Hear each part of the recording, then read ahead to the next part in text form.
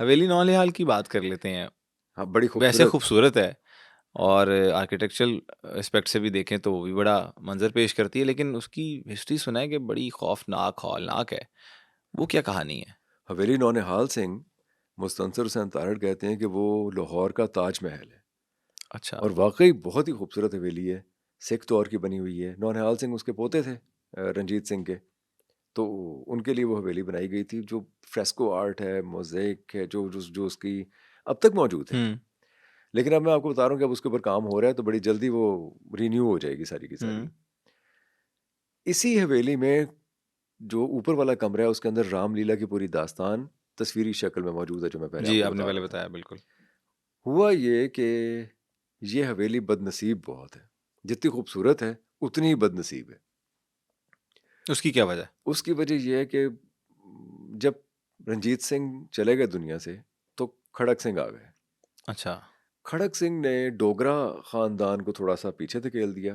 डोगरे वही हैं जो कश्मीर में भी हुकूमत करते थे, ध्यान सिंह वगैरह। यहाँ हवेली ध्यान हुँ, सिंह भी है। हुँ, और चेत सिंह को अपने करीब कर लिया, जिसका डोगरों को बड़ा रंज था। डोगरे बहुत साजिशी थे। हुँ। डोगरों ने नौनिहाल सिंह और उसकी माँ चंद कौर को एतमाद में लिया और ये कहा कि खड़क सिंह को फारिग करते हैं, आप तख्त सँभाल लें। तख्त संभाल लें। चंद कौर ने कहा कि आप फारिग ना करें, आप उसे मारें। सिर्फ़ देखो, फ़ारिग नहीं करना, उसे ਉਹਨੂੰ मारना भी है। मारना है। जो तक रहेगा खड़क सिंह, वो सानू खड़कांदा रहेगा। खड़कांदा रहेगा। तो इन्होंने आहिस्ता आहिस्ता उसको जहर देना शुरू किया, ठीक है। खड़क सिंह को। आहिस्ता आहिस्ता जहर देना शुरू किया, मुख्तलिफ हुक्मा के ज़रिए। और खड़क सिंह मर गया। अच्छा। खड़क सिंह मर गया तो खड़क सिंह की जब चिता जलाई जा रही थी, जाहिर है नौनिहाल सिंह भी वहाँ था। हुँ, वहाँ उधम सिंह भी था और उधम सिंह का बेटा भी था। अच्छा, उधम सिंह डोगरा ख़ानदानी का बंदा था, जो कि ध्यान सिंह का भाई था। अच्छा। वापस जब आ रहे थे, तो उसने स्नान किया, उसने वो नहाया, हुजूरी बाग के करीब ही। नौनिहाल ठीक सिंह है। 19 बरस का था उस वक्त, अच्छा, 19 साल का। 19 साल का। तो जब आप दाखिल होते हैं ना, फोर्ट में दाखिल होते हैं, ऐसी सीट पे एक सड़क चढ़ के हुँ, ऊपर हुँ। जाती है। आप तो लेफ्ट चले जाते हैं अंदर जाने के लिए, राइट पे एक चट्टान सी है। अच्छा। रोशनाई गेट की चट्टान है, हुँ। जिसके ऊपर जो रोशनाई गेट कहलाता है, वो चट्टान नौनिहाल सिंह पे गिर गई अच्छा, जब वो खड़क सिंह की वहाँ से चिता जला चिता के जला वापस के आ रहा वापस था। आ रहा था। तो वो चट्टान उस पे गिर गई। उधम सिंह का बेटा तो मौके पे मर गया। अच्छा। नौनिहाल सिंह जख्मों से चूर हो गया। नौनिहाल सिंह को चार कुहार उठा के जल्दी से हवेली में लेके आए। हुँ। वो चार कुहार कत्ल हो गए और ये नहीं पता चला आज तक कि उनकी लाशें कहाँ गई। नौनिहाल सिंह कुछ दिन जख्मों से चूर रहा हुँ। और फिर मर गया। तो एंड ये है। नहीं, अभी भी एंड नहीं हुआ। अच्छा, अब चंद कौर रह गई बाकी। ठीक है। चंद कौर, जिसने तख्त सँभालना था, जिस तख्त तो उसने नौनिहाल के लिए सँभाल ली। संभालना था, हुँ। लेकिन अब नौनिहाल ही मर गया, तो जाहिर है चंद कौर रह गई। अब चंद कौर पे भी उन्हें ट्रस्ट नहीं था, डोगरों को, अच्छा। क्योंकि वो संध्याला संधारों के साथ उसके मरासिम थे। उन्होंने चंद नौकरानियों के जरिए चंद कौर को पत्थर मार मार के मरवा दिया, इसी हवेली में। इसी की बालकनी, जो सबसे खूबसूरत बालकनी है, जिसमें हुँ। आप घूमते हैं तो हुँ, हुँ, हर हुँ, हुँ। तरफ आपको वो आर्ट नजर आता है, बिल्कुल। उस पे उसकी लाश लटक रही थी, ओह हो, हो! अ, चंद कौर की। चंद कौर की। और उन नौकरानियों के नाक और कान कटवा के दरिया रावी में फेंकवा दिया गया। फिर क्या हुआ सर? फिर चंद कौर तो पहले ही मर चुकी थी। हाँ। अब रह गया शेर सिंह। शेर सिंह को ध्यान सिंह ने साजिश पहले ही कर रहा था, उसने राजा बना दिया। अच्छा। लेकिन फिर संधेला सरदारों के जरिए शेर सिंह को, ये बेगमपुरा का इलाका आपने देखा है, यूनिवर्सिटी की बैकग्राउंड जो बैक साइड है, जी, जी। यहाँ शेर सिंह की समाध है। शेर सिंह और कंवर प्रताप सिंह को एक राइफल दिखाने के बहाने कत्ल करवा दिया संधेला सरदारों से। ओ तेरी खैर! लेकिन उन्हीं संधेला सरदारों ने, क्योंकि वो ट्रस्ट नहीं करते थे संधेला सरदार हुँ, ध्यान सिंह पे, हुँ। उन्होंने शेर सिंह को और उनके बेटे कंवर प्रताप सिंह को मारने के बाद, कंवर प्रताप लोगों में इनाम तकसीम कर रहा था, छोटा सा बच्चा था, उसने हाथ भी जोड़े संधेला सरदारों के, मुझे ना मारो, ना मारो। लेकिन उन्होंने कत्ल कर दिया। कत्ल करने के बाद वापस आके ध्यान सिंह को भी कत्ल कर दिया। अच्छा, ये सारी इनकी दास्तान फिर पूरा सिख शाही खानदान ध्यान सिंह की साजिशों की बदौलत ख़त्म हुआ। ख़त्म हुआ। तो ये इस हवेली की हिस्ट्री है। वो बहरहाल किसी न किसी तरीके से ये सब लोग इस हवेली से मुताल्लिक रहे हैं। क्या बात है। अच्छा, मुगल दौर में किला और महलात तो कमाल के थे, लेकिन अवाम की हालत उस टाइम पे क्या थी? बहुत बुरी। इनफैक्ट मुगलों के दौर में मीन्स ऑफ प्रोडक्शंस चेंज ही नहीं हुए।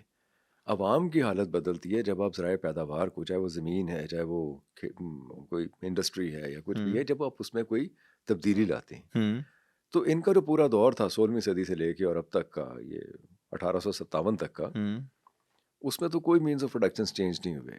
हमें कोई इंडस्ट्री नज़र नहीं आती, कोई रोज़गार के बहुत ज़्यादा ज़राए नहीं थे। हुँ। फिर ये लोग अ, खेतों पे लगान बहुत ज़्यादा लिया करते थे।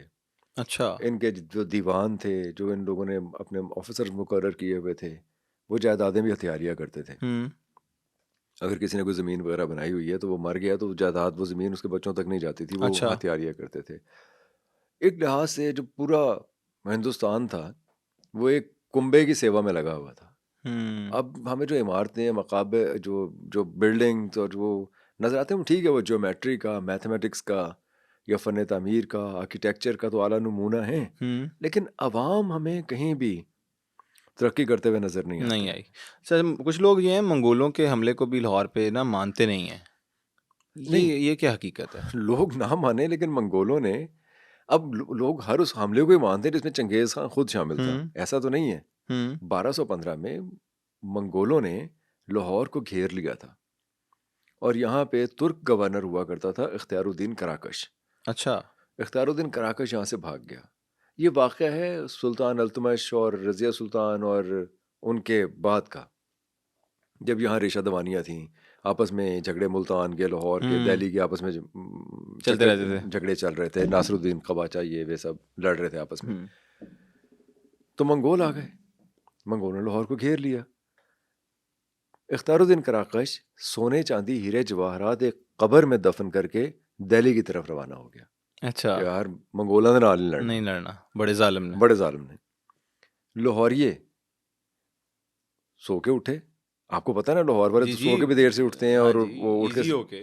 सबसे पहले वो लस्सी वस्सी पीते हैं, हाँ, चिल करके नाश्ता करते हैं, नाश्ते फिर उसके बाद देखते हैं फिर खाना की दोपहर दा। खाना की फिर उस तो बाद फिर वो खा के कहंदे ने हुन शामी की खाना है। नहीं, वो हलवा पूरी, हाँ, निहारी, तो वो ते खद्दे, लाहौरी मशहूर ने। पाए खाने के बाद लस्सी पीते हैं, फिर हाँ, दोबारा सोना फिर होता है सोना उन्होंने। होता है। लेकिन उस दिन वो बेचारे सब कुछ नहीं कर सके अच्छा, क्योंकि मंगोल खड़े हुए थे। वो डर के ही रहे। नहीं, वो लड़े। अच्छा, लाहौरिये मंगोलों के साथ दू बदू लड़े, जिनसे सारे डरते थे। जिनसे सारे डरते थे। ये तारीख है, हकीकत है। आप अगर आप आज के किसी मौरख को पढ़ना चाहते हैं तो हुँ, सलमान रशीद ने बहुत वाज़ेह तौर पे, बहुत तफसील से इसके बारे में लिखा है कि दीनदार मोहम्मद, उसके बेटे और यहाँ का जो असिस्टेंट कमिश्नर था, आप समझ लीजिए उस ज़माने का असिस्टेंट कमिश्नर जो भी उसे कहते थे, ये सब लोग लड़े। आपने सैयद सूफ का मज़ार देखा होगा, सैयद सूफ का मज़ार। वज़ीर मस्जिद के सामने। जी, जी। कश्मीरी बाज़ार में हसन बलखी को देखा होगा, हुँ, ज़की गेट देखा होगा। बिल्कुल। ये सब लोग मंगोलों के खिलाफ लड़ते हुए शहीद हुए हैं। ओके। लाहौरियों ने गली कूचों में मुक्कों से, टकरों से, भालों से, जो जो उनके हाथ आया उन्होंने उसे मार दिए, उस तरह लड़ाई भगाया उन्हें। भगाया। 40,000 कहते हैं कि जख्मी किए थे मंगोल इन्होंने। ओहो! और इनकी कितनी उस टाइम पे। इनका भी ताख्त ताराज किया बहुत। वो कहते हैं हमें, अच्छा, लाहौर को मंगोलों ने इतना नुकसान नहीं पहुंचाया जितना बाद में गखड़ों ने पहुंचाया। वो यानी क्या जो वजह थी? जो आसपास के ट्राइब्स थे, हुँ, जो लूट मार जिनका काम था, वो लूट मार करने के लिए लाहौर में आ गए। उन्होंने लाहौर को और लाहौरियों को बहुत नुकसान पहुंचाया। नुकसान पहुँचाया। लेकिन एक बात मैं यहाँ कहता चलूँ, आपने जिंदा दिलाने लाहौर सुना होगा। बेशक। वो जिंदा दिल इसलिए कहलवाते हैं कि हर बार जब ताख्त ताराज हुए हैं, बर्बाद हुए हैं, ईंट से ईंट बजाई गई है लाहौर की, या उन्हें कत्ल गारत की गई है, उन्हें लूट खसूट हुई है यहाँ पे, हर बार लाहौरी बगैर वक्त ज़ाया किए तामीर नौ में लग जाते हैं। दोबारा। रिक्रिएशन ना सिर्फ लग जाते हैं, बल्कि रिक्रिएशन का कोई मौका ज़ाया नहीं करते। क्या बात है! ये लाहौरियों, मैं आप लोगों को सलाम पेश करता हूँ और बालवाला साहब भी तो सलाम ऑलरेडी पेश करते रहते हैं।